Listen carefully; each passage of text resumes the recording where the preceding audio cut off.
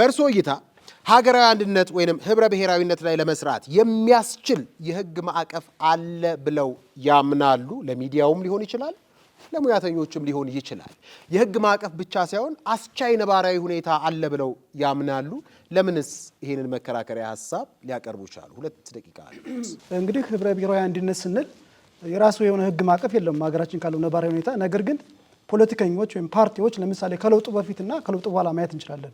ከለውጡ በፊት እንደምናውቀው ህብረ ብሔራዊነት አለ ተብሎ በሚዲያ ወይም መንግስት ሲያስተጋባ ነበር። መሬት ላይ የለም። ቅድም ለማንሳት ሞክሬያለሁ። እኛ ሀገር በጽሁፍ ደረጃ ችግር የለም። ችግር ያለው የትወና የተግባር ችግር ነው ያለው። አሁን ከለውጡ በኋላም የብልጽግና የገዢው ፓርቲ ማለት ነው የብልጽግና መንግስት በዋናነት ህብረ ብሔራዊ አንድነት መደመር ከሚለው የፖለቲካ ፍልስፍና ህብረ ብሔራዊ አንድነት ለማምጣት ነው እየሰራ ያለው። ያው እንደምንሰማው ማለት ነው።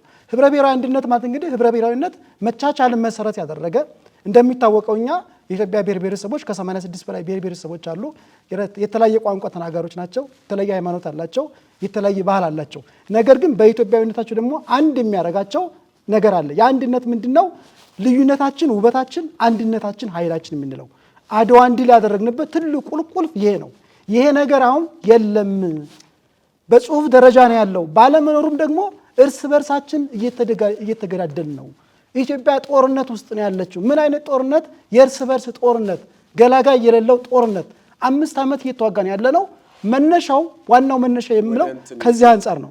ጥያቄ ይምጡልኝ ማለት ህብረ ብሔራዊነት ላይ ለመስራት አሁን ሚዲያዎች ይሄን አልሰሩም፣ ሙያተኞች ይሄን አልሰሩም በሚል ነው እንግዲህ የተቹትና ይሄን እንስራ ብለው ቢነሱ ሊያሰራቸው የሚችል ፍቅድ የሆነ የህግ አግባብና አስቻይ ነባራዊ ሁኔታ አላቸው ወይ?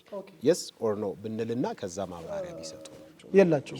የላቸውም ማለት እንግዲህ ብዙ ሚዲያዎች ሙከራ እያደረጉ ነው።